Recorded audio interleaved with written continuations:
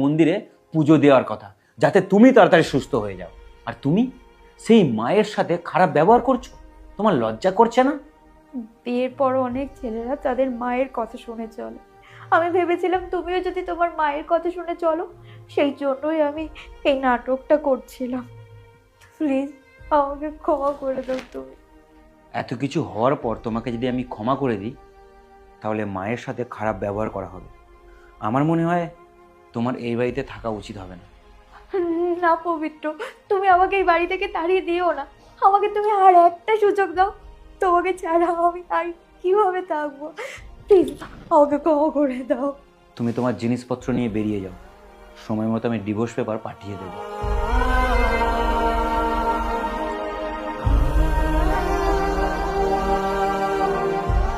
বৌমা, তুমি কোথাও যাবে না।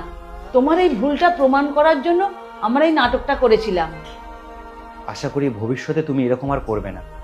আমি চাই আমি তোমাকে যতটা ভালোবাসি, ঠিক ততটাই তুমি মাকে ভালোবাসো। একটা বাড়ির বউ পারে সংসার সামলাতে, আর মায়ের পর তো তোমাকেই সংসার সামলাতে হবে, তাই না? চিন্তা করিস না মা, মানুষ মাত্রই ভুল হয়। আমি চাই না তোদের মধ্যে কোনো ঝামেলা হোক, তাই আমি এতদিন চুপ করেছিলাম। তারপর আজকে আমি বলতে বাধ্য হয়েছি।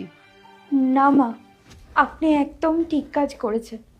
আপনি এই কাজটা না করলে আমি কখনো নিজেকে শোধরাতে পারতাম না।